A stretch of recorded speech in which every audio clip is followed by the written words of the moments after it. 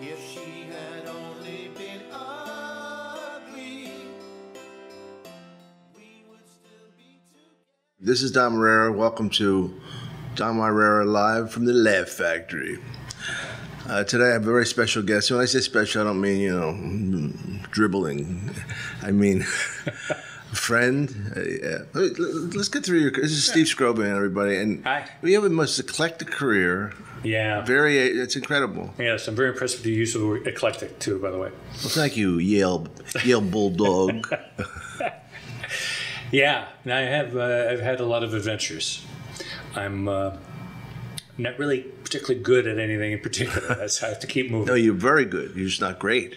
That's right. This far from great. That's how you have my career. That should be the name of your documentary. Go around interviewing all people that did a little better than you. Yeah. What was Jackie Martling always, at least on one of his albums, maybe that was the name of one of his albums, called A Safe Distance from Genius. It's like you're out of the blast zone. That's funny. You're out of the splash zone of genius. So, Steve, go through a couple of things. I want to hear it because I think it's of, like your dog show and your. Yeah, well, you and I came up in the '80s New York stand-up comedy scene, the Improv, Catch a Rising Star. That's where I met you at the comic strip. Actually, it was the best of times. It was the worst of times. It was. Or was it the worst of times? It was the best of times. It was the best. You start with the best. Thank you. And it really was because we were all young and coming up, and it was the beginning of the comedy boom, and so. That's what I did in the 80s, and then toward 1988, I got a job hosting a talk show on MTV. It was called Mouth to Mouth. It was a live call-in talk show, which lasted only about 6 weeks, and it was the only. I never knew about that. Yeah. Now you tell me. Now yes. I could have got you a housewarming gift. And that was a great adventure, and I hired to be my writers when I got that gig. People Mr. John Heyman. Oh, Mr. John. Happy Heyman? Happy Jack. Mr. Mike Rowe, who you well know, who's now an award-winning writer. And I love, and he was the oldest young comic I ever met. That's right, yes. Always had the looks. Uh-huh. He had the famous Burl take. Yeah, the Burl. And Scott Carter, who's the producer of Real Time with Bill Maher and Politically Incorrect.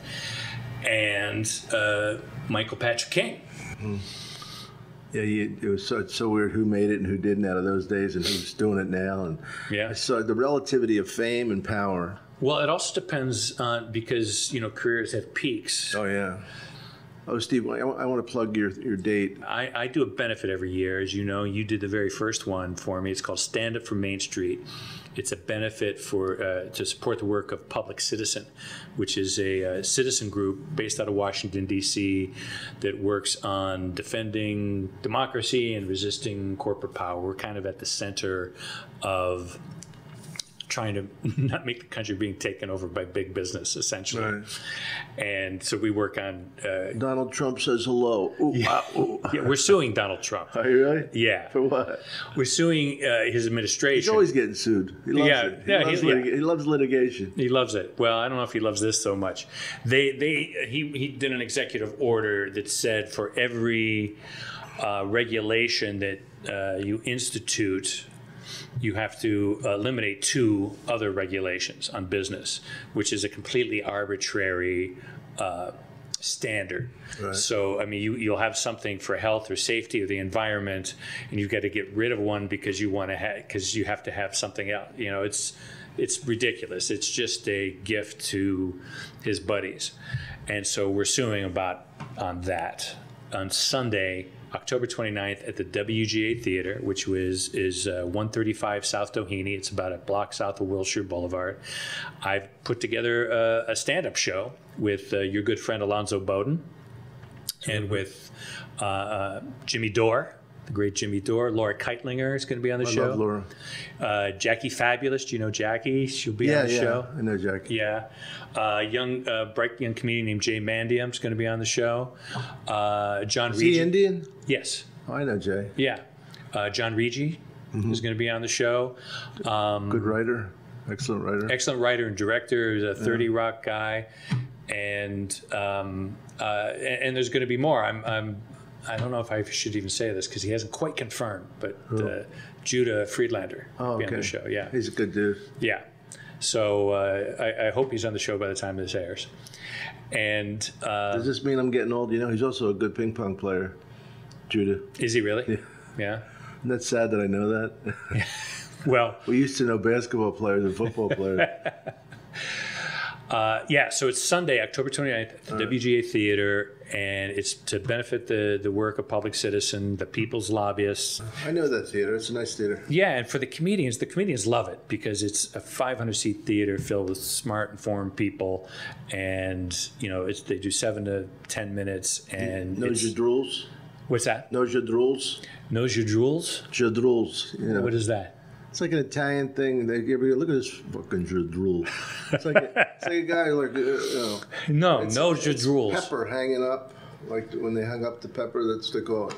It's a symbolism. I'm half Italian. I should know this. No, you shouldn't. Jadrules. It's good that you don't know it. Jadrules. One of the things that always fascinated about me about you is you had the ability to walk both lines between the regular mooks like me and the nerdy guys like Harry Friedman and guys like that. Yeah. But I mean, you had, like both of us have, we love a guy, Freddie Stoller, yes, who is definitely a geek. One of my best friends, and he knows it, but we can both hang out with him. But, like politics makes strange bedfellows. Yeah. Well, so does comedy. It does. I mean, when would we ever be hanging out with Stu Trivex? Yeah. I remember he used to stay at my house when he came out here. Yeah. And it was so beautiful because he's a very religious, Jewish religious guy. And he would have like prayer in the afternoon around sunset, whatever. And the house just had a calm to it. Yeah. And then Jonathan Katz would stay over, and he was so, he couldn't care less. He would put like the lesbian porn on loud. And me and Kim would be walking by, and he would like, you're gonna go, John, are you jerking off in there? Are you just watching the porn? I think we're very lucky. I went to college and I had some good college friends, and I played football in college, which is even a bigger bond, a tighter bond. And but my comedian friends, who I've known for 35 years, isn't that weird? Is like, I consider you one of my newer friends. Isn't that funny? Yeah, that's right. O'Hanlon, we met again. I've known since second grade. Right. Well, yeah. I mean, that's you're especially good at keeping up with people from the neighborhood. But our comedian friends are kind of there. There's a bond there. First of all, between comedians, because we all know what it's like to be up on stage, and it's like I always say that we're like the fighter jocks of show business. The fighter pilots. Everybody's afraid of what we do up there. Isn't that funny how people? Yeah, I mean, it's not for us because we do it, and there's something that inclines us towards that. But having that bond where you might have spent just a weekend with the guy, and you see him, 10 years later, and it's hey, it's like you haven't. Always remember it. Yeah, you always remember. You remember their jokes. Yeah. You remember, but it really is kind of a fraternity, including the women, that. Remember Kevin Meaney? Sure. Kevin Meaney was so funny. And we had a thing in Ireland. We're traveling around the country. This guy's driving us. Some things are so stupid, but they can be funny when you get the giggles. Yeah. Kevin would turn to me. I'm in the back. He goes, want any gum? I go, no, thanks. He goes, and then I go, wait, what's in it? He goes, well, we got riboflavin. He named all the things. No, I'm good. Okay. And then about a minute later, he goes, want some gum? Driving the guy nuts. They drove it. I didn't know Kevin well, but God, he was funny. He was so funny, and I listened to all the tributes that the comedians did when he died. And so I want to just take an opportunity to do my little tribute. This is my memory of Kevin. Is he would, he's a regular at Catch a Rising Star. And in the mid-'80s, he had this bit where he lip-synced to We Are the World, and it always killed. And it was the height of the We Are the World frenzy. And into the club comes a guy, he's French-Canadian, so he's from out of country, and he's an impressionist. I know him. And he does this I know bit. you're talking about. I forget his name, Yeah, I know. but he's real good singing impressionist. Great, yeah. Get And- standing ovations and all. Yes, and he did his own version of the Wheel of the World, except he was doing the impressions. And he was great. He wasn't lip sync. He was great. So one night, the French Canadian guy comes in and does We Are the World, does his impressions, and kills. And about an hour later, Kevin comes in, and I'm in the bar, and I think, oh, I wonder if they're going to tell him. Yeah. They already did the We Are the World bit, this same audience. And either nobody told him or they told him he didn't care, and he went up and he did his lip sync version of We Are the World with all the faces that he made and just the little physical things that he did that would indicate. Remember, this was Steve Perry. That's all he did. And because he was just so natively funny, he killed again. Didn't matter that the guy had done it before him and had actually done impressions, you know. Kevin doing his stupid lip sync version still killed. I love that guy. We've lost a lot of comedy brethren this year, man. Not to get overly morbid with. That's what happens when you get old and stay alive. Yeah, but you know what's weird about comedians? They either live to be like 80 or 90, or they die in their 40s, their 30s. You know, Yeah. it's like, oh yeah. You know, it's funny. We took, which is really cool. We talked about all this stuff, and we haven't even touched on Everybody Loves Raymond. Yeah. Which was Steve was an executive producer. Eventually, yeah. Eventually. Writer. A writer. It's a fancy name for writer. But you keep going up the ladder. Yeah, I had the good sense not to get fired. I love that. You know, I loved you guys. That show. It was a great chemistry. I remember going around, and I would be working on something, and I would have lunch with you or something, and it was just you could even Phil Rosenthal. He had the class to get really good food on a show that was making silly money. Yeah. Instead of just like, but I love the fact that you were living your life then instead of like putting it, let's go to the cafeteria.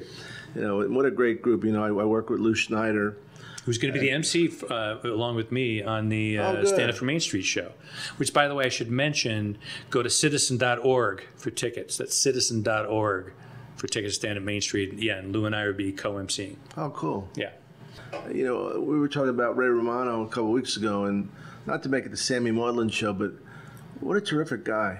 What a terrific person, and so fucking talented. And still down to earth. Yeah. Well, yeah. I think he's basically still got sufficient low self-esteem to,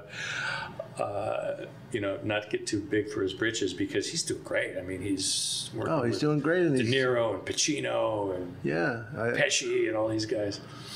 Oh, you got to keep naming Italians. What are you trying to say? Harvey Keitel. He, one time we were in the Comedy Magic Club. I think you know this story.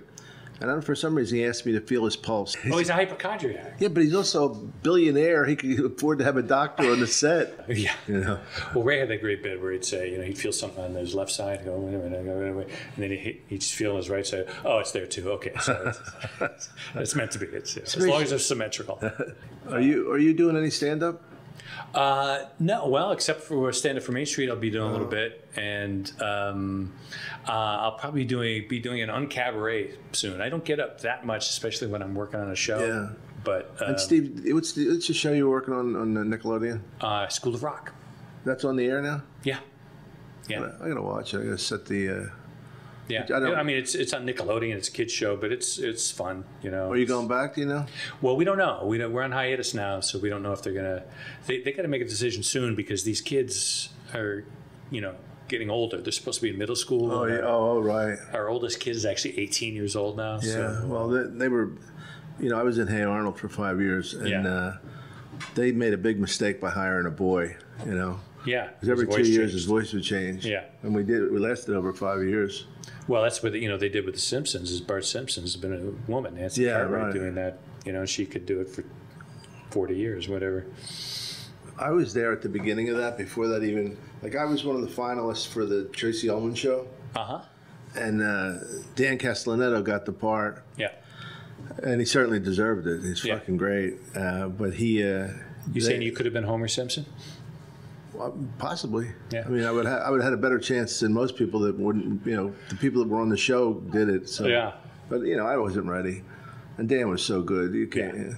Dan is one of the hosts for Stand Up for Main Street. We keep getting back to it. Are you serious? Dan and his wife Deb. Yes. Look, you got to go to this show. You have to go to this show. You better go now. Citizen.org for tickets. October 29th. Well, Skro. We had a lot of fun, man, working together in Cleveland over the years. Not like this is a memorial, but I want to thank you for coming on. I'm glad you got an occasional plug in. I got to plug in Stand Up for Main Street, Sunday, October 29th, WGA Theater, 6:30. Go to citizen.org for tickets. Comedy Shrine in Aurora, Illinois. Gosh, don't try to compete with me. I'm sorry. You're supposed to plug me, not compete with me. Okay. Comedy Shrine. Yeah, I never. What are you, a religious figure now? Oh, I got a call to do Alaska. My agent, right? Because you Anchorage, and then Fairbanks. Yeah. I said, I'd love to have the adventure. I said, well, how do I get from Anchorage to Fairbanks? I said, it's pretty far, He goes, oh, is it? I said, well, look at the map. It's it's got to be at least 400 miles, 500 miles. And he goes, he looks at the map, he goes, oh, shit, I'll call you back. Yeah. I never heard from him. Nah. 2 weeks ago. So I don't know if I'm going to Alaska. January 29th. Can you imagine? Talk about dark and cold. Yeah, really. But I'd like to see it. Yeah. But you know what's happening on October 29th? No. Not another what? Stand Up for Main Street. Alonzo Bowden, Laura Keitlinger. Is it really? John Rigi. Yeah, I don't know if I've told you this yet. January 29th. Oh, I see. Jimmy Dore, Jackie Fabulous, Jay Mandiam. Jackie's not her real name. That's right. That's right. Her name is Esther Fabulous. Steve Skrovan, thank you so much for coming on, my friend. Damo, come on, my man. My brother. Steve Skrovan, check him out. Check him out. I don't know what the fuck that meant. Is this thing still on? Hello? If she had only been ugly, we would still be together.